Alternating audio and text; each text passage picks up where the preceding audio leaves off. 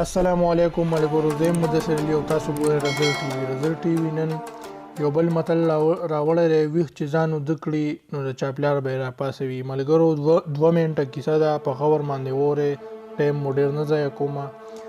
کیسه دا ده چې وایي چې پخوا زمانه کې په یو حجره کې به یو څو کسان د شپې وده وو چې یو شپه پکې یو سړی چا ووجلو.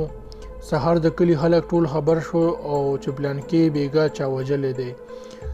د مړي وارثانو په تاڼه کې راپور درج کړو چې پولیس راغی، هغوی تفتیش شروع کړو. نو د هغو معلوماتو نه پس پته ولګېده چې دلته د مړي په خوا کې به یو بل سړی هم و، هغه وده و. پولیس هغه دویم تن راونیولو او د هغه نه معلومات کول شروع کړل.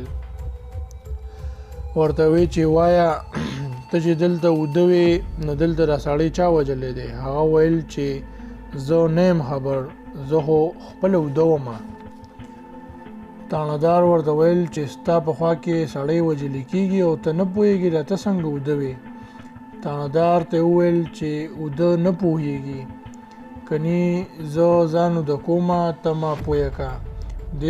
دا سړی په کټ کې ځان وده کړو او تاڼهدار ته ویل چې ځه اوس ما ته پاڅوه. تاڼهدار ډېر غوسه شو او لوړی یې راواغست او دا سړی یې راګیر کو، خو ډېر زیات یې ووهو او ویې ټکو، خو دغه سړی خو وده نه و، ځان یې په زور وده کړی و، خو دی ړک ونه و.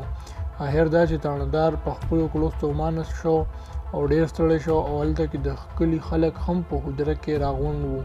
بیا یې ډېر تشدد په هغه نشه کولی. د تاڼهدار ډېر غوسه شو، د غوسې نه دا ځان سره وویل چې ویښ چې ځان وده کړي نو د چاپلار به یې راپاڅوي. ډېره مننه د کیسې اورېدو او زموږ رزل ټي وي چینل سبسکرایب کړئ. دې کې به تاسو ته هر قسمه ویډیوګانې ښکلې ښکلې کیسې پخوانۍ میلاویږي. مهرباني.